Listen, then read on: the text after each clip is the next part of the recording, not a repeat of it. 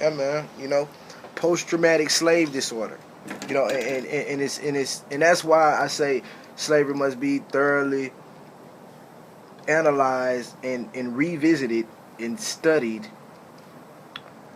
and understood as a form of war. Not just a form of war, but the apex of war, the epitome of war, post-war, apocalypto. All right, that's why black people love apocalypto so much. That's why we love apocalypto so much, because actually we are apocalypto. You saw that the movie was fucking over. They didn't even show what the white man did. You understand? You saw that the movie was fucking over when they showed the white man coming up off the damn sea. You understand? So that's why it's very important, like I'm saying, to understand slavery as a form of war, the epitome of war, the apex of war, post-war apocalypto.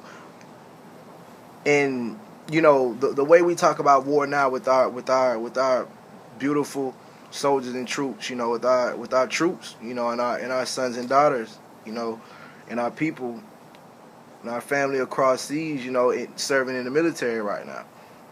In the same way that we see them dealing with what we call post-traumatic war, post-traumatic war disorder, whatever, the same way that this has affected them, the complex of slavery has affected us in the same manner, in a more extensive, way more extensive manner, because we were in slavery for 400 to 500 years, and still are and now we're in a redesigned, advanced form of slavery with the justice system, which we're going to get into as well as a backwardness. But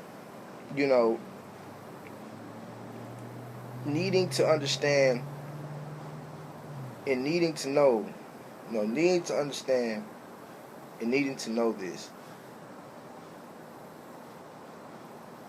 is the number one thing.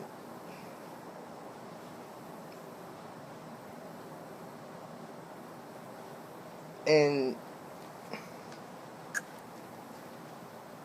war, understanding what war is, understanding how we've been lied to in wars, how we've been lied to in wars, understanding when they say that they're going to war on something, that it's actually the investment in. That's the backwardness. When they say the war on, it means the investment in. Okay. When they said the war on drugs, back in the day, they called it war on drugs. Now you have more drugs in America for a cheaper price. That was an investment in drugs. When they say, everywhere that we've been to war, bottom line, everywhere we've been to war, we had bases. We got 3 bases in Afghanistan now. The war on terror. They said the war on terror. Now you got more terror. It was an investment in. Okay, understand, it was an investment in. All right. And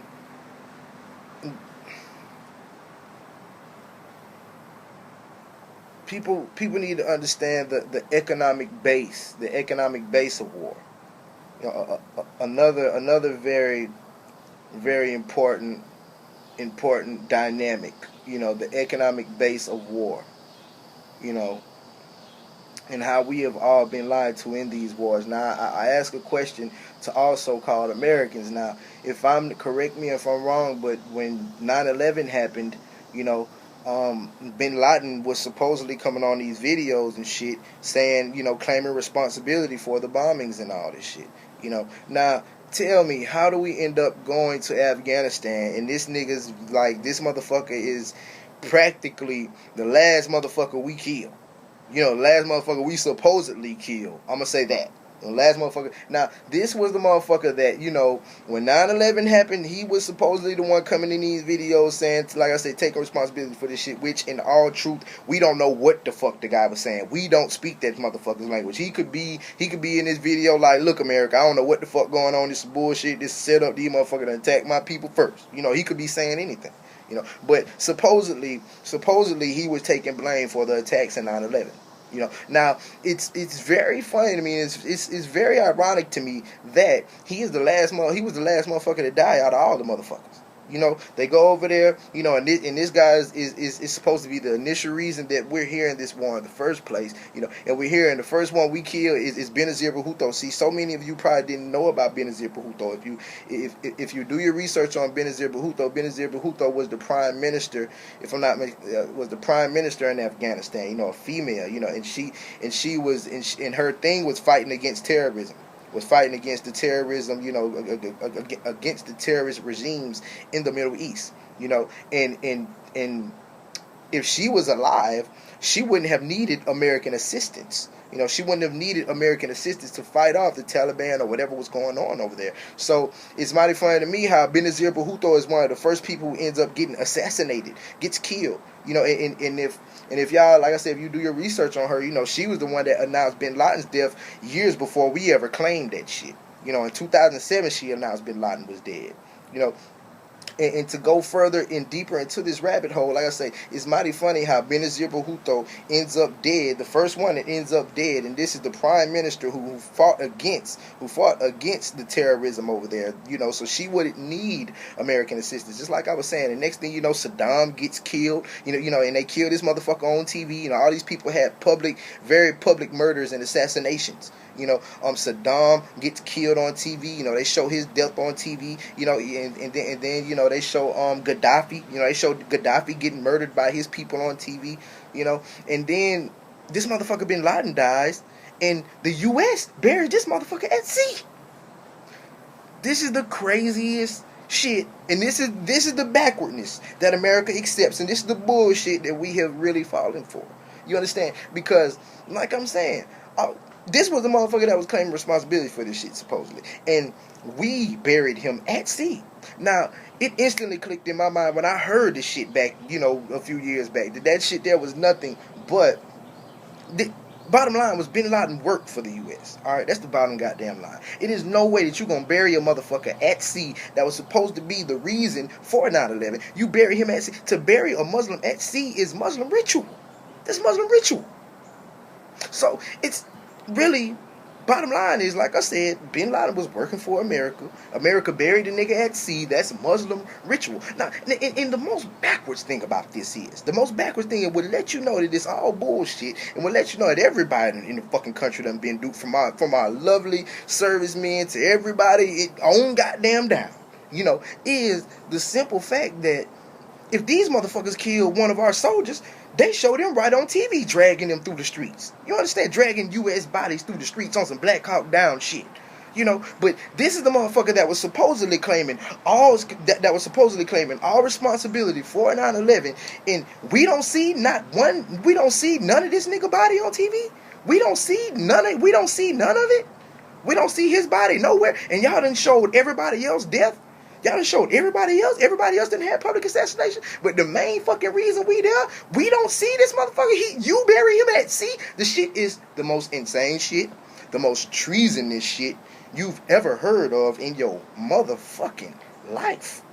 And I mean, it really wouldn't be no surprise, especially if you already up on these things. You already know in 9/11 that hell, all the Bin Ladens were flew the hell out of the country. You know what I'm saying? I mean, they shut down all aerospace. Nobody could fly. You know, but it was a private plane that took all the Bin Ladens. They gathered up all the Bin Ladens and flew them out of the country. You know, so anybody that knows that, you know, anybody that knows the real history of 9/11 wouldn't be surprised by what I just said.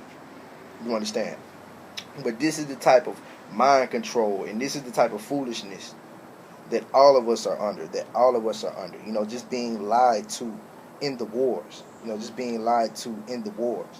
you know, and it's almost to a point where it's like the more things change, the more they stay the same, you know what I'm saying?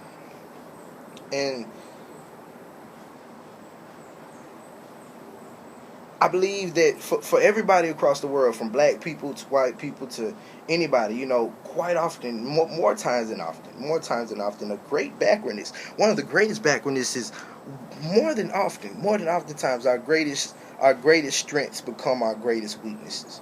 You know, our greatest strengths become our greatest weaknesses. You know, our greatest strength may be our love and our compassion, but you know, people get over on us for our love and our compassion. And we defeat ourselves by these things sometimes. Our greatest strengths can be, fighting, or our greatest strengths can be, whatever. But so many times one's greatest strengths become their greatest weakness, and becomes their downfall. Becomes their own kryptonite, so to speak. You know, and us needing to understand the power of one is a backwardness versus a group. Sure, and there's no doubt that there are power in numbers all day. But first, before understanding the power in numbers, understand the power of one. Understand the power of one. Understand and respect the power and the complexity and the dynamics and diversity of one. Because the backwardness in all of us is, so many people say, oh man, shit, you can't change the world, man. The world ain't gonna change, man. But contrary to popular opinion, that's the wrong way to even think about it in the first place. You worry about changing yourself. Now the world ain't. No, you worry about changing yourself. You understand? Because it's the spread majority rule. And truly, it's like, it's the spread majority rule. Because if, just like I'm saying, if you focus on just changing yourself, we worry about the world. Hold on, please. Do not get off-ended. A lot of people say offended. I say off-ended. Do not get off-ended.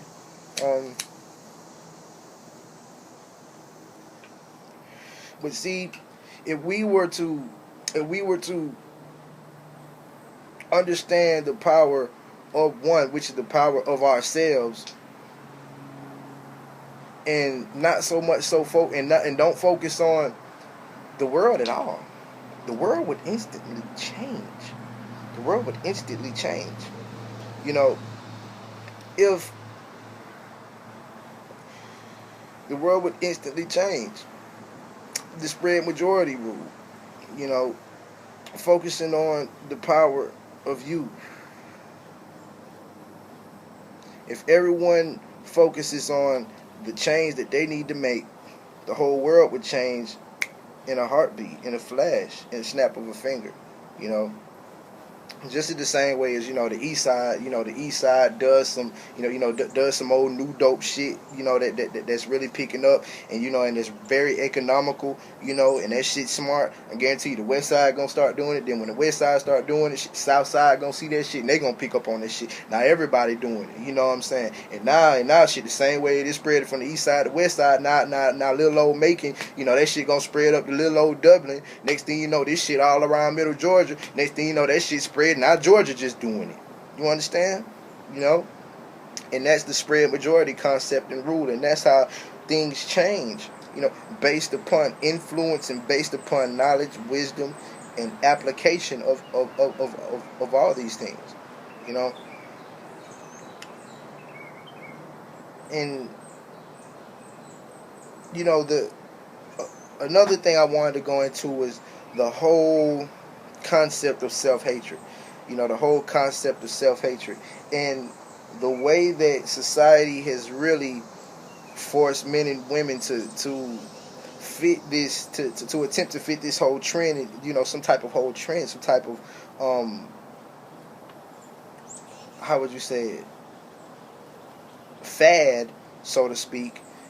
Really based on self-hatred. So many young men are dressing, this certain way because they don't feel like, anybody will be listening to them, or anybody will respect them, or anybody is going to look at them, anybody's going to give them any attention if they don't dress this way. So many young women, with the same type of mentality, and it's very unconscious. It's a very unconscious action.